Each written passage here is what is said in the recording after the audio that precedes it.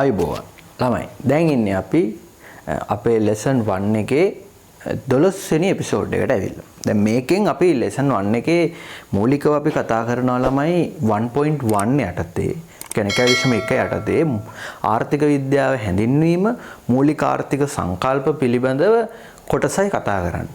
එතකොට එන්නේ කොටසේ ඔබට උගන්වන න්‍යායාත්මක පැත්තෙන් තියරි පැත්තෙන් ඔබට උගන්වන අවසාන එපිසෝඩ් එක තමයි මේ 1 යටතේ.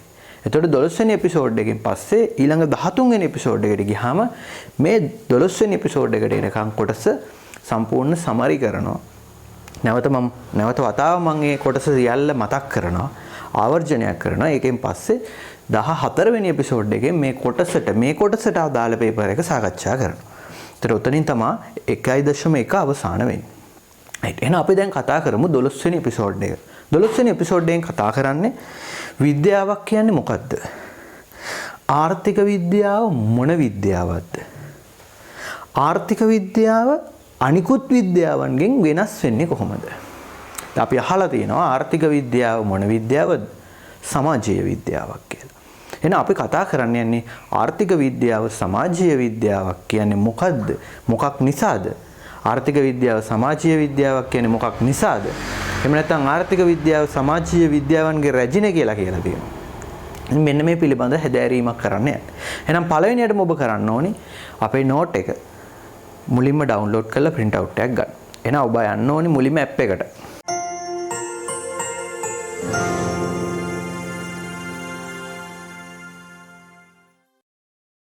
app එකට ගියාම app එකේ තියෙන lesson 1 lesson 1 එකේ අපිට තියෙනවා episode 12.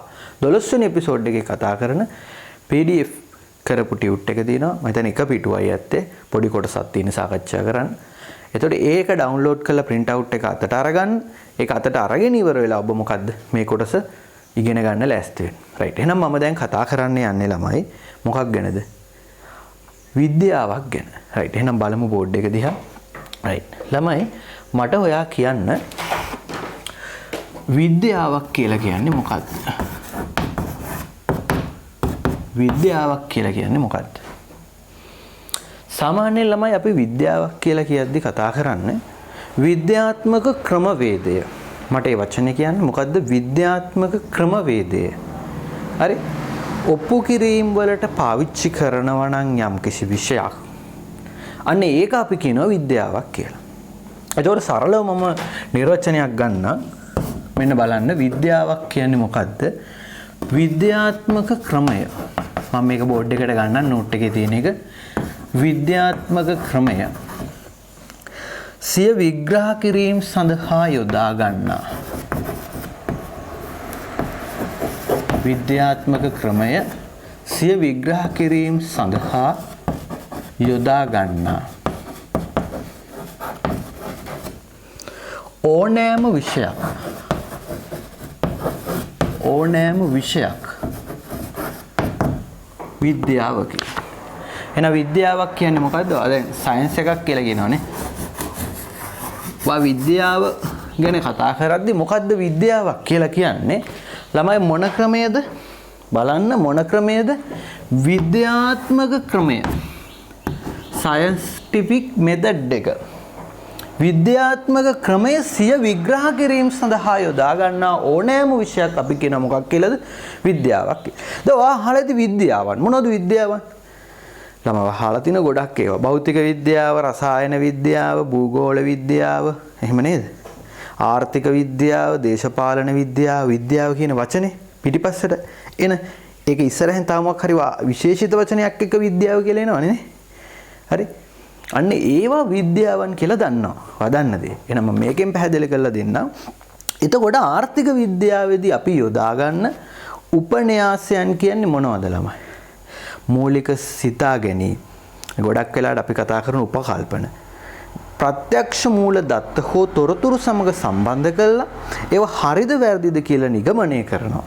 ඒ නිසා අපි ආර්ථික විද්‍යාව මොකක් කියලා කියනවද? විද්‍යාවක් කියලා කියනවා. එහෙනම් ළමයි අපි කතා කරන මොන විද්‍යාවද? ආර්ථික විද්‍යාව විද්‍යාවක් කියලා කියන්නේ ඇයි? ආර්ථික විද්‍යාව විෂයක් කියලා කියන්නේ ඇයි? ආර්ථික විද්‍යාව කියන විෂය විද්‍යාත්මක ක්‍රමය විග්‍රහ කිරීම වලට යොදා ගන්නවා. දැන් උදාහරණයක් හැටියට ඕගොල්ලන්ට තාමත් හරියට තේරුම් ගන්න බෑ. මේවා තාම මම ඉගෙනුවේ නෑ. හිතන්න අපි ගත්තොත් කුකුල් මස් මිල අපි හිතමු රුපියල් 500යි කිලෝ එකක්. මෙහෙම තියෙද්දි බලන්න මේ තියෙන්නේ කුකුල් මස් ඉල්ලන ප්‍රමාණය. ළමයි කුකුල් මස් මිල රුපියල් 500ක් වෙලා තියෙද්දි මිනිස්සු ඉල්ලනවා කුකුල් මස් කිලෝ 1000. හිතන්න මෙහෙම 1000ක් ඉල්ලනවා. කුකුල් මස් මිල 600ක් වෙනවා. එතකොට ළමයි මිනිස්සු ඉල්ලනවා කුකුල් මස් කිලෝ කීයක්ද? 800ක්. බලන්න. එහෙනම් කුකුල් මස් මිල මොනවා වෙලාද? වැඩි වෙලා කුකුල් මස් ඉල්ලන ප්‍රමාණය මොනවා වෙලාද? අඩු වෙලා. ළමයි මස් මිල වැඩි වෙද්දි මස් ඉල්ලන ප්‍රමාණය අඩු වෙනව නේද?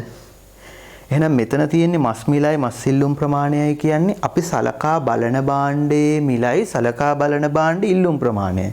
මේ දෙන්න අතර තියෙන ප්‍රතිලෝම සම්බන්ධය. පැහැදිලි? මේ තියෙන්නේ අපි කතා කරන ඉල්ලුම් නීතිය.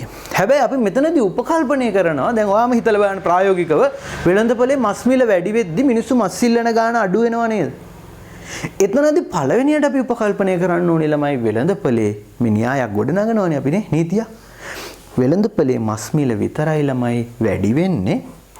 මස් වෙනුවට ආදේශන මොනවද මස් වෙනුවට ගන්න පුළුවන්? කඩේට ගිහලා මස් ගේන්න කිව්වම ඔයා මොනවා ගේනවද? මස් නැත්තම් මාළු ගේනවා, සොසේජස් ගේනවා. හරි? එක එක જાති ගේන්න පුළුවන්. එහෙනම් මාළු, සොසේජස්, අනිකුත් මස් වර්ග. අන්න ඒවාගේ මිල ගණන් ඉහළ පහළ යනවද? නෑ. ඉහළ පහළ ගියොත් මේක වෙන්න පුළුවන්ද? මස් මිල වැඩි වෙද්දි මස් ඉල්ලන ප්‍රමාණය අඩු වෙන්න පුළුවන්ද? දැන් මස් මිල වැඩි වෙද්දි මාළු මිලත් වැඩි වුණොත් මස් ඉල්ලුම් ප්‍රමාණය අඩු වෙන්නේ නැහැ. සමහරවිට මස් මිල වැඩි වෙද්දි මිනිස්සුන්ගේ ලැබෙන ආදායම හේවත් ඔයගලන්ගේ තාත්තගේ අතට හම් වෙන පඩිය වැඩි වුණොත් එහෙම වෙනද කන මස් ටිකම කනව නේද? ඒ නිසා අපි ගොඩක් වෙලාවට අපි ආර්ථික විද්‍යාව විෂය තුලත් බොහෝ උපකල්පන උපන්‍යාසයන් හරි අපේ විග්‍රහ කිරීම ඇතුළට මොනා කරනවද ගන්නවා. ඒ නිසා ආර්ථික විද්‍යාව විෂයත් විද්‍යාත්මක ක්‍රමයේ විග්‍රහ කිරීම වලට යොදා ගන්න නිසා මොකක් කියලාද? විද්‍යාවක් කියලා කියනවා. දැන් ඊළඟ ප්‍රශ්නේ තමයි ළමයි ඔන්න ඔය අපි කතා කරන විද්‍යාව කියන එක. හරි මම ඔහොම මකලා ගන්නම් බෝඩ් එකට ඒක වාට ලේසි නිසා මේ විද්‍යාව කියන එක අපිට බෙදන්න පුළුවන් ළමයි ප්‍රධාන වශයෙන් කොටස් දෙකකට. බලන්න ළමයි මොනවද මේ කොටස් දෙක කියලා. මම දැන් කතා කරන්න ඉන්නේ කොටස් දෙක ගැන. මොනවද මේ කොටස් දෙක? එකක් තමයි ළමයි මොන විද්‍යාවද? ශුද්ධ විද්‍යාවන්. එකක් තමයි මොන විද්‍යාවන්ද? ශුද්ධ විද්‍යාවන්. බලන්න. එකක් තමයි මොන විද්‍යාවන්ද? ශුද්ධ විද්‍යාවන්. අනික් එක තමයි මොන විද්‍යාවන්ද? සමාජ විද්‍යාවන්. එකක් තමයි මොන විද්‍යාවන්ද? ශුද්ධ විද්‍යාවන්. අනික් එක තමයි මොන විද්‍යාවන්ද? සමාජ විද්‍යාවන්. එහෙම නැත්නම් සමාජීය විද්‍යාවන්. හරිනේ. ඔන්න බලන්න බෝඩ් එක දිහා. ළමයි මෙන්න මේ ආර්ථික විද්‍යාව විෂය වැටෙන්නේ ශුද්ධ විද්‍යාවක් කියන පැත්තටද? මොකද්ද? ආර්ථික විද්‍යාව විෂය වැටෙන්නේ ශුද්ධ විද්‍යාවක් කියන පැත්තටද? එහෙම නැත්නම් සමාජීය විද්‍යාවක් කියන පැත්තටද? ළමයි මතක තියාගන්න ශුද්ධ විද්‍යාව සමාජ විද්‍යාව කියලා දෙකක් තියෙනවා. සාමාන්‍යයෙන් ළමයි මොකද්ද ශුද්ධ විද්‍යාවක් කියන්නේ මොකද්ද සමාජ විද්‍යාවක් කියන්නේ කියලා මොකක් ඇතුලේ පැහැදිලි කරලා තියෙද මේ නෝට් එක ඇතුලේ පැහැදිලි කරලා තියෙනවා. ඒතර එතනදී අපි ගොඩක් වෙලාවට කතා කරන්නේ ළමයි ආර්ථික විද්‍යාව විද්‍යාව විෂයක් වුණාට ආර්ථික විද්‍යාව විද්‍යාවක් විෂයක් වුණාට ඒක ශුද්ධ විද්‍යාවක් නෙමෙයි මොන විද්‍යාවක්ද? සමාජ විද්‍යාව. ඒකදී අපි කියනවා ළමයි සමාජයේ විවිධ ජන කොටස් වල හැසිරීම විද්‍යාත්මකව අධ්‍යයනය කරන විෂයන් තමයි සමාජීය විද්‍යාවන් කියන්නේ. පැහැදිලිද? එහෙනම් සමාජීය විද්‍යාවන් කියන්නේ මොනවද? නිර්වචනයක් දෙන්න. හරි. සමාජය තුල විවිධ ජන කොටස් වල හැසිරීම විද්‍යාත්මකව අධ්‍යයනය කරනවා නම් ඉන්නේ ඒ විෂයක් අපි කියනවා මොන විද්‍යාවක්ද? සමාජීය විද්‍යාව.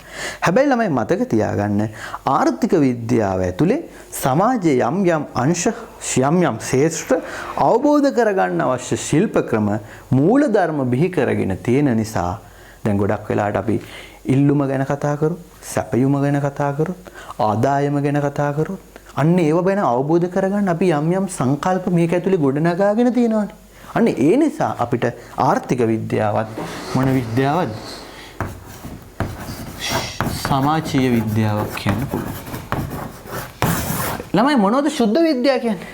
සුද්ධ විද්‍යාව කියන්නේ රසායනාගාරයක් ඇතුලේ පරීක්ෂණ කරන විද්‍යාව. ඊට මම මේකේ පැහැදිලි කරලා දීලා ඇති මොනවද සමාජීය විද්‍යාවන් වලට උදාහරණ ආර්ථික විද්‍යාව, අනිකුත් සමාජ විද්‍යාව, දේශපාලන විද්‍යාව, ඉතිහාසය, මනෝවිද්‍යාව මේවා සමාජීය විද්‍යාව. ඒකේ කතා කරන්නේ විවිධ ජන කොටස් වල විවිධ අංශ පිළිබඳ විවිධ පැතිකඩ පිළිබඳ විද්‍යාත්මකව අධ්‍යයනය කිරීම. හැබැයි සුද්ධ විද්‍යාවන් වලට අයිති වෙන්නේ භෞතික විද්‍යාව, රසායන විද්‍යාව, තාරකා විද්‍යාව, ජීව විද්‍යාව, භූගෝලීය විද්‍යාව, එන භූ විද්‍යාව, භූ විද්‍යාව. එතකොට ළමයි ඔය රසායන විද්‍යාව කියන විෂය කෙලින්ම මොකද්ද? මම එක දෙයක් අර පැත්තේ ඉක්කොන් මේ පැත්තේ කෙමිස්ට්‍රි. ඒතර කෙමිස්ට්‍රි වගේ සබ්ජෙක්ට් එකක් මොන විද්‍යාවද? සුද්ධ විද්‍යාව. මේ දෙක අතර වෙනස්කම් ටික මම වෙනමම ගන්නම් ළමයි ලේඛනයේට බලන්න වාට පේනවාද කියලා මේ ටික. රයිට් මම වෙනස්කම් ටික මේකෙන් ගන්නම් කෙලින්ම. අංක 1 ළමයි හැදෑරීමේ ක්‍රමවේදය. මොකද්ද පළවෙනි එක? හැදෑරීමේ ක්‍රමවේදය. සාමාන්‍යයෙන් හැදෑරීමේ ක්‍රමවේදය කියන්නේ මේ විද්‍යාව ඉගෙන ගන්නේ පරීක්ෂා කරන්නේ යම්කිසි න්‍යායන් බිහි කරගන්නේ කොහොමද? ළමයි මතක තියාගන්න සුද්ධ විද්‍යාවන් වල හැදෑරීමේ ක්‍රමවේදය ළමයි රසායනාගාරයක්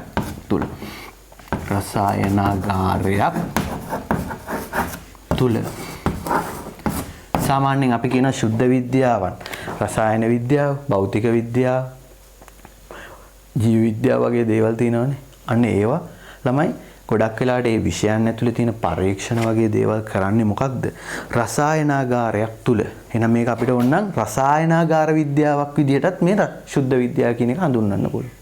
හැබැයි මතක තියාගන්න සමාජීය විද්‍යාවක් තුල මේ රසායනාගාරයක් නොමැත. රසායනාගාරයක් නොමැත. ඇත්තටම රසායනාගාරයේ හෙවත් පරීක්ෂණාගාරයේ විදිහට පාවිච්චි කරන්නේ ළමයි සමාජය. තේරෙනවද? ඒ කියන්නේ අපිට ලැබ් එකක්. දැන් උදාහරණයක් හැටියට මම කියන්නම්කෝ H2O. H2O කියන්නේ මොනවද ළමයි? හයිඩ්‍රජන් 2යි ඔක්සිජන් 1යි. පැහැදිලිද? එතකොට මේක අපිට චෙක් කරලා බලන්න පුළුවන් ළමයි මොකක් ඇතුලේද? ලැබ් එකක් ඇතුලේ. නේ? ලැබ් එකක් ඇතුලේ චෙක් කරලා බලන්න පුළුවන් නේ? චෙක් කරලා බැලුවාම ළමයි මොකද්ද තියෙන්නේ? හයිඩ්‍රජන් 2කුයි ඔක්සිජන් 1 අණුවකුයි තියෙනවානේ. ඕගොල්ලන්ට මතක ඇතිනේ විද්‍යාව විෂය ඉගෙන ගත්තා ඕ ලෙවල් වලදී. රසායන විද්‍යාව යටතේ එහෙම.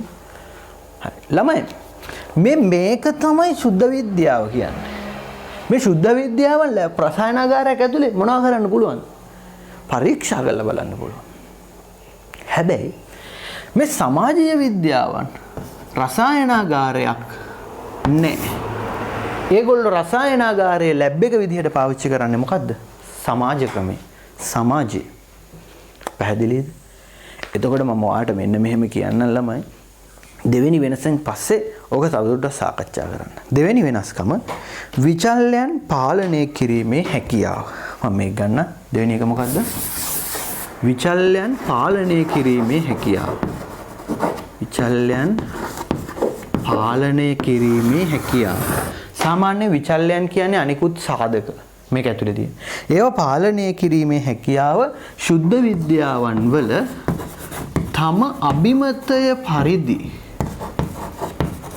කළ හැක. හරි මේගොල්ලෝ හයිඩ්‍රජන් අණු 2යි ඔක්සිජන් 1 අණුවයි සමහරට ඒක පාලනය කරන්න පුළුවන්. හයිඩ්‍රජන් අණු මෙච්චරයි ඔක්සිජන් මෙච්චරයි එහෙම හදන්න පුළුවන්. ඒ කියන්නේ මේවා ලැබ් එකක් ඇතුලේ මේවා චෙක් කරන හින්දා Tamanට අභිමතයේ පරිදි චෙක් කරලා බලන්න පුළුවන්. ඒතර පරීක්ෂණාගාරය එහෙම කරා එකපාරට ඔය කාටුන් වල එහෙම දැකලා දිනනවා නේද? අරකින් එකයි මේකෙන් එකයි දාලා කලවම් කරනවා ඩෝන් ගාලා පුපුරලා යනවා. හරි. ඒ කියන්නේ මේක එයාට අභිමතයේ පරිදි වෙනස් කරන්න පුළුවන්. හැබැයි මතක තියාගන්න සමාජීය විද්‍යාවන් ඒ විදිහට මොනව කරන්න බැයිද? පාලනය කළ නොහැක. ඒ විදිහට පාලනය කරන්න පුළුවන්ද? ඒ විදිහට පාලනය කරන්න බෑ. ඊළඟ එක. ළමයි අපිට ඊළඟට කතා කරන්න පුළුවන් නිගමනවල ස්වභාවය. නිගමනවල ස්වභාවය. ළමයි නිගමනවල ස්වභාවය කියන්නේ ලැබෙන ප්‍රතිඵලය. ළමයි සාමාන්‍ය නිගමනවල ස්වභාවය නැත්තම් ලැබෙන ස්වභාවය අපි මෙතන දානවා නිගමන ස්ථතික වේ. ළමයි ස්ථතික වේ කියන එකෙන් අදහස් කරන්නේ මොකද්ද? ස්ථතික වේ කියන්නේ ළමයි නිගමන ගන්න ප්‍රතිඵලය ළමයි වෙනස් වෙන්නේ නැහැ. එතකොට ළමයි මේකේ නිගමන ස්ථතික වේ කියන්නේ වෙනස් වෙනවද? වෙනස් වෙන්නේ නැහැ. ළමයි මේ ස්ථතික වෙනවා කියන එකෙන් අදහස් කරන්නේ හරි. ඕකේ ස්ථතික එකේ අනික් වචනේ මොකද්ද ළමයි? ගතිකයි. එහෙනම් මේකේ අනිත් පැත්තට එනවා සමාජීය විද්‍යාවන් වල නිගමන ගතික වේ. එහෙනම් වචන දෙක කියන්න මට. ස්ථතික වේ ගතික වේ. ස්ථතික වේ කියන්නේ වෙනස් වෙන්නේ නැහැ සාමාන්‍ය. නිගමනයේ ප්‍රතිඵලය වෙනස් වෙනවද? නැහැ. ගතික වේ කියන්නේ වෙනස් වෙනවා. හරි. දැන් උදාහරණයක් හැටියට මම මෙහෙම ගන්නම්කෝ. ළමයි H2O. ඒතර H2O කියන්නේ ළමයි ජල අණුව. එතකොට ළමයි ඔන්න බදුල්ලෙන් ගන්නවා H2O එකක්.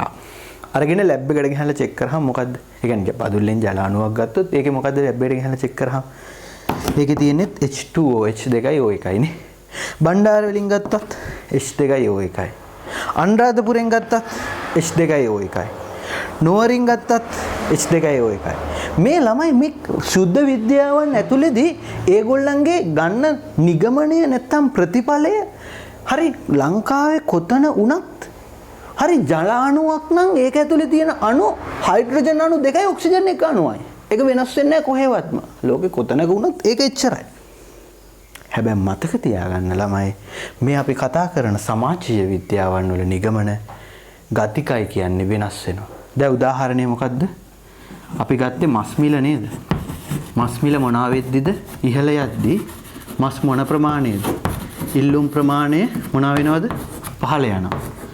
අපිට සාමාන්‍යයෙන් ළමයි අංක 1 රසායනාගාරයක් ඇතුලේ ලැබ් එකක් ඇතුලේ මස් මිල මස් ප්‍රමාණය කියලා දාලා මේවා චෙක් කරන්න පුළුවන්. බෑ අපි යන්න ඕනේ මිනිස්සු ගාවට. උන්න අපි යනවා නියඳියක් ගන්න. කොළඹ හරි කොහේ හරි එක පරීක්ෂණයක් කරන්න එක සැනකට යනවා. ගිහිල්ලා ඉවරලා අපි මොකද්ද කරන්නේ? ඔන්න අපි අහනවා මස් මිල වැඩි මේ දවස්වල මස් ඉල්ලන ප්‍රමාණය අඩු වෙලාද නැද්ද කියලා අපි එක එක මිනිස්සුන්ගෙන් ගිහිල්ලා අහන්න ඕනේ නේ. ඇහුවාම එන තීරණය අනුව තමයි ඒක තීරණය වෙන්නේ. දෙක විචල්්‍ය පාලනය කරන්න පුළුවන් නේ.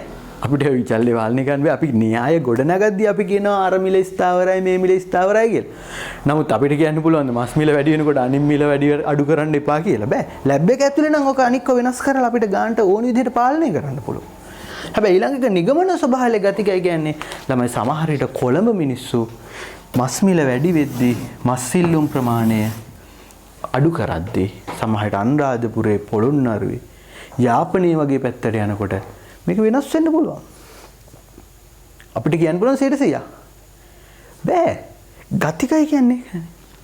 ළමයි ඔය ශුද්ධ විද්‍යාවන් වලට රසායන විද්‍යාවට භෞතික විද්‍යාවට පොත්පත් ලියුවට සමාජ විද්‍යාවන් වලට පොත්පත් ලියනවා කියන්නේ මාර අමාරු වැඩක් ළමයි. ලේසි එකට කරන්න බැරි වැඩක්. සමාජ විද්‍යාවන් පිළිබඳ ගොඩාක් පොත්පත් ලියවිලා තියෙනවා අඩුයි සාමාන්‍ය. එතකොට ඔය ජයවර්ධනපුර කැම්පස් එකේ ඉන්දියා ළමයි මහාචාර්යවරයෙක් ඔයාලා අහලා ඇති. හරි නන්දසේන රත්නපාලස. එතකොට සාමාන්‍යයෙන් නන්දසේන රත්නපාලස කියන්නේ සමාජ විද්‍යා ග්‍රන්ථ ලියපු මිනිස්සෙක්. එතකොට මේ අපේ නන්දසේන සර් එක්තරා පොතක් ලියනවා ළමයි ශ්‍රී ලංකාවේ යාචකයා කියලා. සාමාන්‍යයෙන් ලංකාවේ හිඟන සමාජය ගැන තමයි මේ පොතේදී මොනවා කරන්නේද ළමයි සාකච්ඡා කරන්නේ. එතකොට මේ ලංකාවේ ශ්‍රී ලංකාවේ යාචකයා කියන පොතේ නන්දසේන සර් ඔය පොත ලියන්න මොකක් කරන්න උනාද? හොඳට අහගන්න. මහාචාර්යවරයාට ශ්‍රී ලංකාවේ යාචකයා කියන මේ පොත ලියන්න ළමයි මාස කිහිපයක් හිඟා කණ්ඩ වුණා. ඔයා දන්නවද? ඇත්ත කතාව. ඒ කියන්නේ විචල්යන් පාලනය කරන්න පුළුවන්ද අපිට? විචල්යන් පාලනය කරන්න බෑ. ඒ විචල්යන් පාලනය කිරීමේ හැකියාව නැහැ. හරි.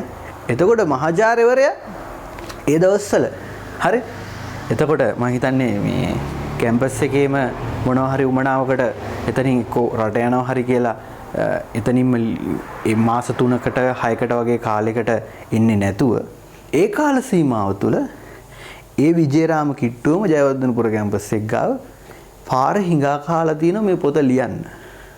එහෙම තමයි පොතේ අන්තර්ගතය කියවල බැලුවාම අවසානයේ තේරෙන්නේ. එතකොට හැමදාම ඒ සමාජයේ හිඟන සමාජය ඇතුළට ගිහිල්ලා හිඟා කාලා හරි සමහරලාට විශ්වවිද්‍යාල ශිෂ්‍යෝ යන ගමන් රුපියල් කීයක් හරි 5ක් හරි 10ක් හරි දීලත් යන්නේ නැති. දන්නේ නැනේ මහාචාර්යවරයෙක් කියලා. හැබැයි අඳුනගත්තයි කියන්නේ එකම එක කෙනෙක් කවුද? සර් හැමදාම කැම්පස් එකේ ඉන්නේ නැද්දි කාලේ ඉවරුනහම කෑම ටික දෙනවා බල්ලෙක්ට. ඒ කියන්නේ සාමාන්‍ය සර් ඒ වගේ කෙනෙක්. එතකොට එයා මේ කෑම ටික දෙන හැමදාම එයා එනකම් බලාගෙන ඉන්න බල්ලා තමයි සර්ව අඳුනගත්තා කියලා කියන්නේ පොත ඒ කාලේ හිඟා කනකොට. මතක තියාගන්න බල්ලෙක්ට කෑම වේලක් දුන්නොත් ඒක ගොඩක් වටිනවා.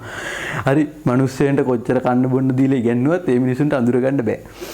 හරි දැන් මේ පොතේ කියන විදිහට ළමයි ඔන්න මම ගන්නම් ඒක මාර හිඟන සමාජයේ හිඟා කන්න යනවා කියන්නේ ළමයි හරියට නිකන් මාර මේ ඒකත් එක්තරා වෘත්තියක් බැලුවාම ලංකාවේ ඒ කාලේ පොත ලියද්දි සර් කියනවා ලංකාවේ ඔන්න බලන්නලා මම මේක ගන්නම් ඕගලන්ට වැදගත් වෙයි හිඟන ෆැමිලි එකක හිඟන ෆැමිලි එකක මාසික ආදායම 2,40,000ක් කියලා කියනවා. මොකද කියන්නේ? හරි පොතේ කියනවා සර් හිඟන ෆැමිලි එකක මාසික ආදායම 2,40,000ක්. මේ මාසික ආදායම 2,40,000ක් ගන්නේ කොහොමද ළමයි? ළමයි ඒක මාර දෙයක්. හරි. දැන් මෙහෙමයි. අපි හිතමුකෝ පවුලක ඉන්න 4 දෙනෙක් කියලා. හරි. සමහරවිට අම්මයි, තාත්තයි, ළමයි දෙන්නයි. හරි. එතකොට ඔන්න හිඟා කන පවුල. හරි. එතකොට හොඳට මතක තියාගන්න මේක හරියට ජොබ් එකක් කරනවා වගේ. උදේ 8ට පටන් ගත්තාම වැඩ කරන්න කියන්නේ හිඟා කන්නේ. හවස 5 වෙනකොට ඕෆ්. හරි. කෑම පැයකුත් එක අතුරේ මැද්දේ තියෙනවා. හරි උදේ 8ට පටන් ගත්තාම හවස 5ට හිඟා කාලේ ඉවරයි. හරි. ඒක කෑම පැයක් අපි අයින් කරා කියන්නකෝ. එතකොට සාමාන්‍ය උදේ 8 ඉඳන් 9 10 11 12 පැයක් අයින් කරන්න. හරි. ඊට පස්සේ එක වෙනකන් අයින් කරොත් සේ 2 3 4 5 පැය 8යි. පැය 8යි හිඟා කන්නේ දවසට. එතකොට මේකේ කියන විදිහට ළමයි පාරේ බස් එකකට හිඟා කන්න නගිනවා නම් හොඳට ආගන්න මේ කතාව. මේක ඇහුවාම ඔයගලන්ට හිතනවා ළමයි කවදා හරි මේ වාහනේ බස් එකකට හිඟා කන්න එන මිනිස්සෙට අපි මොකටද සල්ලි දීලා කියලා. පාරේ බස් එකකට නැග්ගොත් හොඳට බලන්න පාරේ බස් එකකට හිඟා කන්න නැග්ගොත් සාමාන්‍යයෙන් හිතන්න ළමයි පැයක් ගත්තොත් පැයකට බස් කීයකට නගින්න පුළුවන්. සාමාන්‍යයෙන් හිඟන්නේ බස් එකකට නැග්ගා කියන්නකෝ. හිඟන්නේ බස් එකකට නැග්ගොත් එහෙම මේ මිනිස්සයා තමන්ගේ දුක හරි මට අරක තියෙනවා අරක නැති වෙලා මේක නැති වෙලා මගේ අත කැඩුනා කකුල කැඩුනා හරි ළමයා අසනීප වෙලා නෝන අසනීප වෙලා දුක් අඳුනා සේරෝම ටික කෙලියර වෙලා හිඟා කයි ළමයි උඩරිම විනාඩි 10ක්. ඔන්න එක බස් එකක හිඟා කන්නේ විනාඩි 10යි. එක සින්දු කියන්න පුළුවන් එක අයිටම් දානවා ඉතින්. හරි විනාඩි 10යි.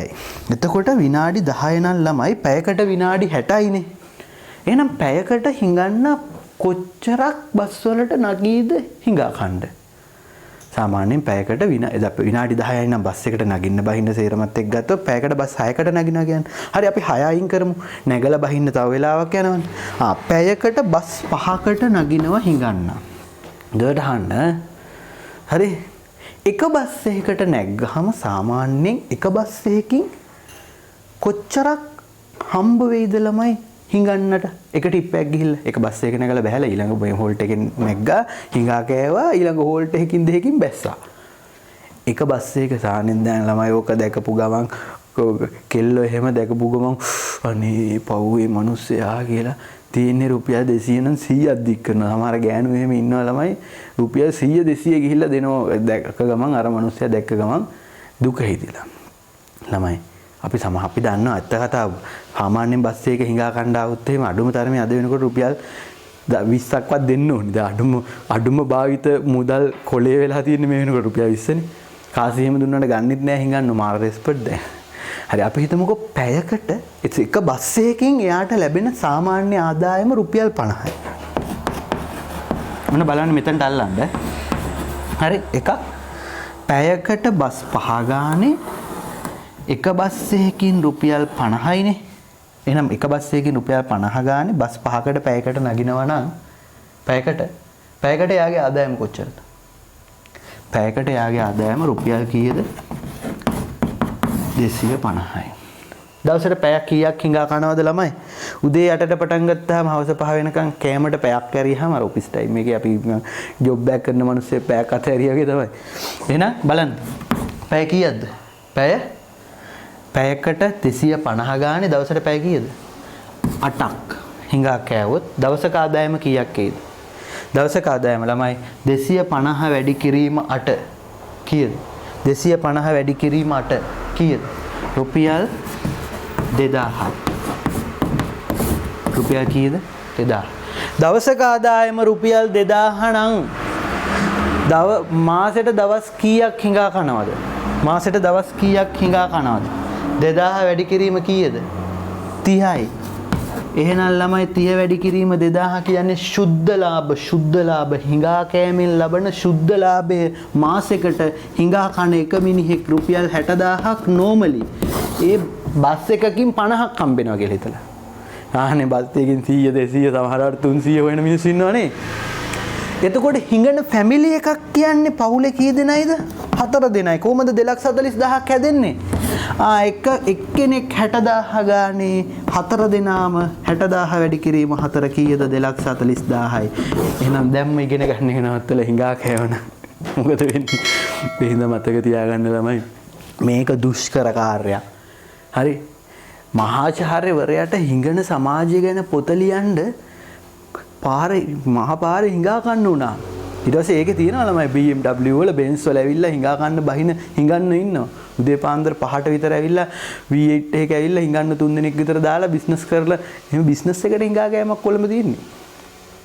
සමහරට ඔය හිඟන්නන්ට ළමයි ගාල්ල මාතර පැත්තේ තට්ටු ගණන් වල ගෙවල් තියෙනවා.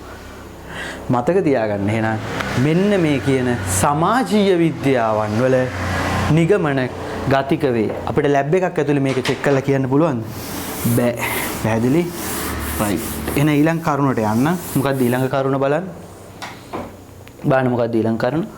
උපකල්පන භාවිතය. උපකල්පන භාවිතය. ළමයි උපකල්පන භාවිතය සාමාන්‍යයෙන් ශුද්ධ විද්‍යාවන් වල උපකල්පන භාවිතය ඊතරම් නොමැත. එච්චර නෑ. ලැබ් එක ඇතුලේ කරද්දී උපකල්පනය ගන්න ඕනේ නෑ අරකයි මේකයි කියලානේ. හැබැයි මෙතන නම් උපකල්පන භාවිතය බොහෝ නිගමන සත්‍ය වන්නේ නිවැරදි වන්නේ උපකල්පන මතය.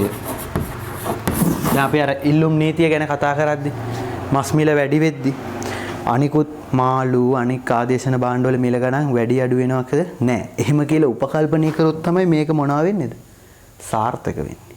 පැහැදිලි? අන්තිම වෙනස ළමයි උපකල්පන භාවිතය අන්තිමට උදාහරණ ටික තියෙනවා. පැහැදිලිද? right. එහෙනම් අපි කතා කරොත් ළමයි ඔන්න අංක 1 විද්‍යාවන් කියන්නේ මොකටද?